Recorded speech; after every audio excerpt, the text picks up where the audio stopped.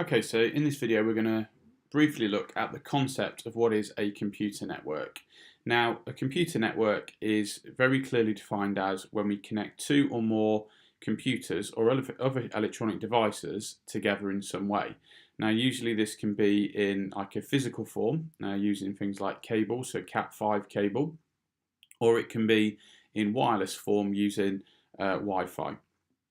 The internet is an example of a global network and a massive network. However, most commonly you'll be connected to much smaller networks like in your own home, where you might have like an internet router by one of like the internet service providers, or if you're connected to a Wi-Fi network in school, you are connected to an albeit much smaller network than the internet.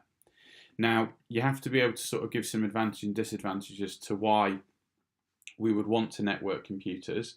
Well, there are far more advantages than disadvantages, really, and they certainly outweigh them in many ways. So the sharing of files on a computer network is much easier.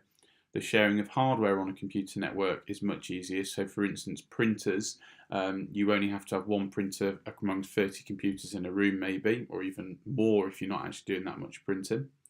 Internet access can be really easily shared.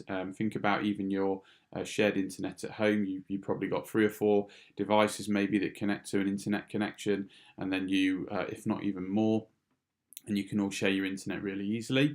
Updates can be installed on multiple computers all at once.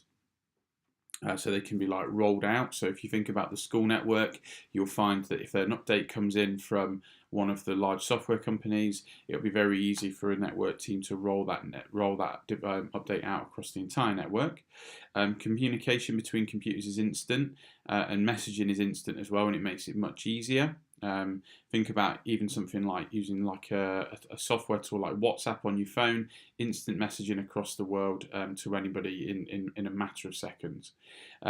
User accounts and data can also be stored centrally, meaning that anyone could log on to a particular device. And that's more kind of what you would find in like an organization or a business or on a school account, not necessarily on the one that you've got or you've got at home.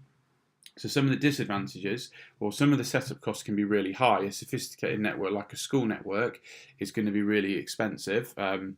They may require quite a lot of technical ongoing support and maintenance, which costs quite a bit of money, upgrading regularly to ensure that you keep up to date with the latest like security, on top of the latest security threats and so on.